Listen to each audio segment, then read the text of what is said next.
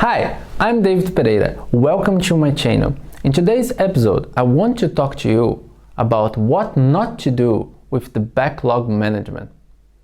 There's a huge misconception with that. Many companies perceive us, the product owners, as the backlog manager or the story writer. Our role is much more than that. We are not just this. Our responsibility is to maximize the real value for end users and businesses. The backlog management is part of that. But I have to say, this is something that is vital to be successful. It's like cooking. If you get the wrong ingredients, there's no way you are gonna get a delicious meal at the end. While developing a product or a service, if you start with the wrong way of managing the product backlog, there's no way you are gonna get a meaningful outcome. Let's start with the problems you should avoid. The first one is the extensive product backlog. This is something I have observed in all companies I have joined as a product owner. Whenever I started, I noticed there were items in the backlog older than 2 years. That is too long. And sometimes I try to understand them.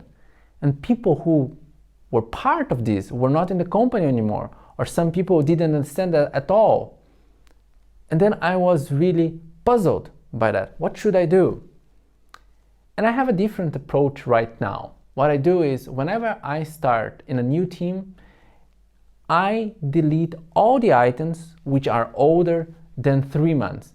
You may think, wow, this is really extreme. Yes, it is, because the point is the following. What is important will always come back. If you have an item that is older than 6 months, so to say, and it didn't make to a sprint until now, why are you keeping that in your backlog? Reflect. Aren't you thinking in waterfall mode, where you plan everything up front? In Scrum or Agile, you should think what is the next step and not what are the 10 next steps. And most important is to solve the real problems. And if you keep items in the backlog just for the sake of keeping them because you're afraid of deleting, you should reflect on that. This is not what great product owners do.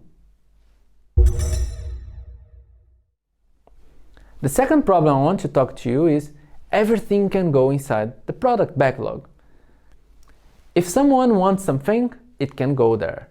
Any request will become an item inside the product backlog, which will lead you inevitably to a huge confusion and incapacity to build something relevant and to foster collaboration with the team. But now, within the Scrum Guide 2020, you have the product goal. And if you have that, this is your escape from this nightmare. Why? Because whenever someone wants something to go inside the product backlog, you can say, why is this important? To help us achieving our product goal. If it is not important, it doesn't go inside the product backlog. Keep the product backlog as meaningful as possible. It should help you achieve the product goal. If it doesn't help, it's wrong. Another problem is the highly detailed items. If you have items inside your product backlog with 10 acceptance criteria and extensive documentation, my question is, are you really working with Scrum? Or maybe you are having a waterfall mindset where you need to plan everything up front. Scrum is not about that, it's about collaboration. You should not focus on the solution, you should focus on the problem. If you are afraid of deleting something because it has a lot of work inside, then it's a sign that you have fallen in love with the solution instead of the problem. The most important aspect is to find problems that are worth solving, and then you can discuss the solutions, but not before that. And the last problem I want to talk to you is the product backlog is protected by the product owner. You as the product owner are the only one who can access the product backlog. No one can touch your product backlog because it's your toy. You don't want anyone to play with that, right? You are accountable for the product backlog. It doesn't mean anyone else should be able to write that. Being accountable means whatever happens there, it's your responsibility. But you should foster collaboration. If people have an idea and it will help you achieve the product goal, why would they need to talk to you beforehand? Let them write something, and then that will be a trigger for you to talk to them. It's fine to allow people to write things into the product backlog. And then you can decide if that will continue there or not. It's fine, but don't lock the product backlog.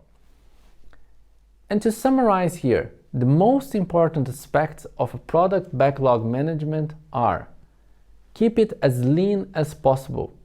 Don't be afraid of deleting items. It's fine. If something is important, it will come back to you.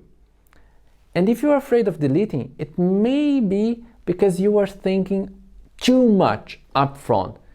You need to get away of this mindset. You have an agile mindset. You accept you don't know everything. The more you walk, the more you learn. That is the mindset you should keep. I hope you have enjoyed this video, and I would be curious, what are your experiences with the product backlog management? Write some comments. If you like the video, thumbs up. And if you want more content like this, subscribe for more. Thanks for watching, and I wish you a lot of fun with your product backlog management.